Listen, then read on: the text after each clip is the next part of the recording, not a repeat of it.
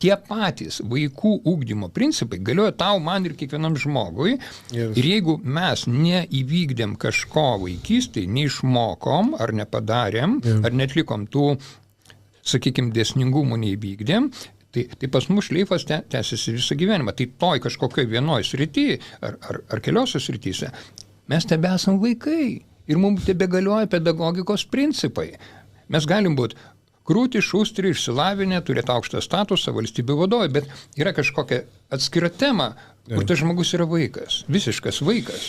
Jis neišsivystęs, liko 10-mečio ar 5-mečio lygyje. Ir tą sritį jam reikia sutvarkyti tais pačiais vaikiškais pedagoginiais metodais. Nes suaugusiam galioja lygiai ta pati pedagogika, bet jinai yra sudėtingesnė. Tie patys principai, ta pati esmė. Tai čia man buvo didžiulis atradimas, kad suaugusių ugdymas yra tas pat vaikų ugdymas, tik su daugiau detalių. Bet esmė lygiai ta pati, 1:1. Yes.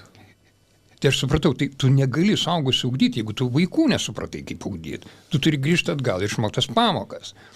Ir aš, kai aš pradėjau studijuoti tas vaikų ugdymo pamokas po 30 metų, man pasipylė atradimai, kaip save ugdyti, kaip suaugusius ugdyti, kaip apskritai žmonės ugdyti, kaip tautą, valstybę, ten, nežinau, visą žmoniją ugdyti, nes tai yra lygiai tas pat, tik tai mastelis skiriasi.